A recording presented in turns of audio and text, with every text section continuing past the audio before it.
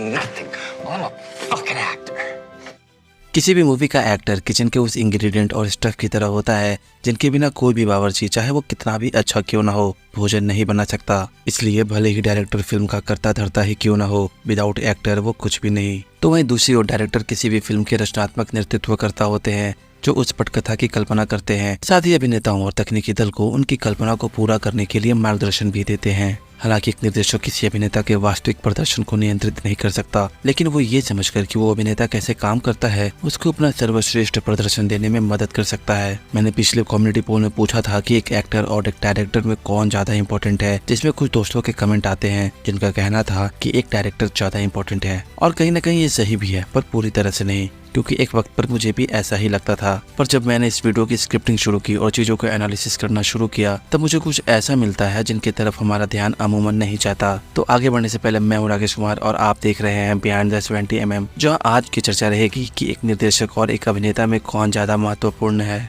भारतीय सिनेमा का एक दौर था जब यहाँ की फिल्मों को उसके लीड एक्टर के नाम से जाना जाता था। तब बड़े बड़े डायरेक्टर जैसे राज कपूर, गुरुदत्त और सत्यजीत रे को ही आम ऑडियंस जानती थी। तब किसी फिल्म में फलाना एक्टर का होना किसी डायरेक्टर के होने से ज्यादा इंपॉर्टेंट होता था, क्योंकि आम ऑडियंस किसी डायरेक्टर के नाम से नहीं बल्कि उस लीड एक्टर के कारण थिएटर तक पहुँचती थी। पर आज मॉडर्न सिनेमा में आम ऑडियंस को भी डायरेक्टर की इम्पोर्टेंस का पता है और वो उन्हें तवज्जो भी देते हैं, क्योंकि आज ऑडियंस अच्छे से समझती है कि एक डायरेक्टर कैमरे के पीछे खड़ा वो व्यक्ति है जो इस पूरे फिल्म की संरचना करता है, जो ये निर्धारित करता है कि स्क्रीन पर आने वाली फिल्म की गुणवत्ता कैसी होगी। वो एक खराब एक्टर के साथ भी बेहतरीन फिल्में बना सकता है, लेकिन एक पूरा डायरेक्टर अच्छे अभिनेताओं के साथ भी अच्छी फिल्म नहीं बना सकता। जिन्हें ठीक से समझने के लिए हमें राजामौली की फिल्में और उन पर बने रीमेक्स पर एक नजर डालनी होगी। हम देखते हैं कि राजामौली की फिल्में विक्रमार्कुडु और मर्यादा रमन्ना जैसी फिल्मों का रीमेक किया जाता है, लेकिन सभी फिल्में औसत दर्जे की होती है या उससे भी नीचे की होती है। उनकी फिल्म मक्खी को भी रिलीज से पहले एक बेवकूफी भरा विचार माना गया था, क्योंकि बदला लेने के लिए हीरो का पुनर्जन्म होता है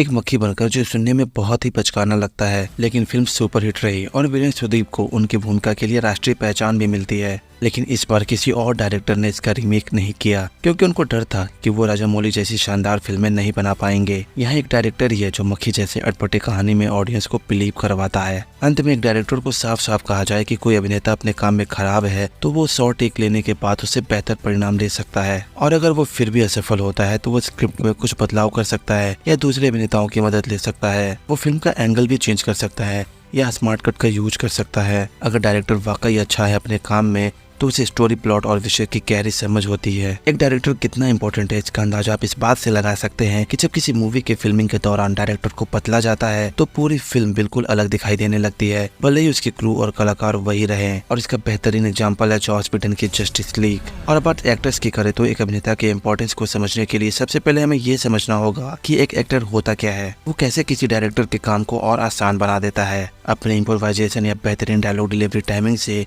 या जिस कैरेक्टर को निभा रहा होता है उस कैरेक्टर में डूबने के लिए किए गए उसके मेहनत से, क्योंकि जिस बारीकियत से वो उस चरित्र के हाव भाव को, उसके उठने बैठने के तरीकों को, यहाँ तक कि वो सांस कैसे लेता है इसको भी अपनी एक्टिंग में डालता है, वो किसी डायरेक्टर की देन नहीं होती बल्कि उस एक्टर की खुद की मेहनत होती है। क्योंकि एक अभिनेता किसी मूवी में फिजिकली और मेंटली दोनों रूपों में शामिल होता है, इसलिए उसे किसी दूसरे क्रू मेंबर से अधिक मेहनत और कष्टों का सामना करना पड़ता है। ह्यूग जैकमैन वुल्वरीन के लिए 3-3 दिनों तक पानी नहीं पीते थे ताकि उनकी बॉडी शेडर्ड दिखे। And it finishes with dehydration. Don't do this at home. It's really.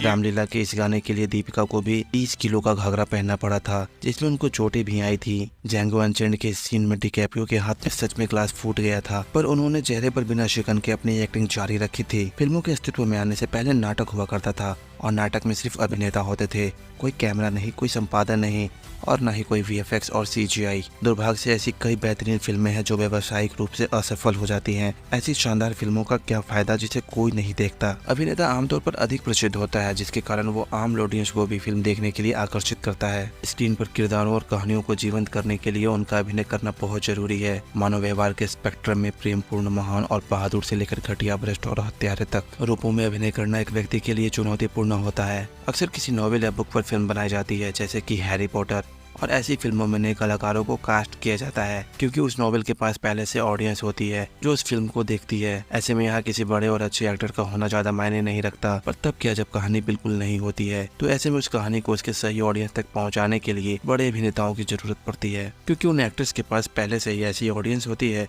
जो केवल उनको ही देखना चाहती है। अभिनेता किसी फिल्म के लिए क्वालिटी मार्कर के रूप में भी काम करते हैं, क्योंकि किसी फिल्म में Leonardo DiCaprio, Tom Hanks, Tom cruise या क्रिश्चियन बेल जैसे एक्टर्स के होने मात्र से ही फिल्म की क्वालिटी का पता चलता है। हो सकता है कि स्क्रिप्ट को स्क्रीन पर जीवंत करने के लिए एक अच्छे निर्देशक की जरूरत हो, पर अभिनेता उस चरित्र को जीवंत बनाता है। और अंत में मैं बस इतना ही कहना चाहूंगा कि निर्देशक और अभिनेता दोनों ही किसी फिल्म के लिए इम्पोर्टेंट हैं, पर एक अच्छी फिल्म के लिए एक अच्छे निर्देशक और अभिनेता से ज्यादा एक अच्छे स्क्रिप्ट और कहानी की जरूरत होती है, क्योंकि स्क्रिप्ट ही किसी फिल्म की नींव होती है। तो आज के लिए बस इतना ही। आप इस पर क्या विचार रखते हैं, अपने विचार कमेंट में जरूर बताइए। और अगर आपको ये थोड़ा भी पसंद आया हो तो please hit the like button, और लगे हाँ चैनल को सब्सक्राइब भी कर ही दीजिएगा। मिलेंगे आपसे किसी और अगले ऐसे टॉपिक पर ऐसे ही वीडियो में। तब तक के लिए थैंक यू, धन्यवाद।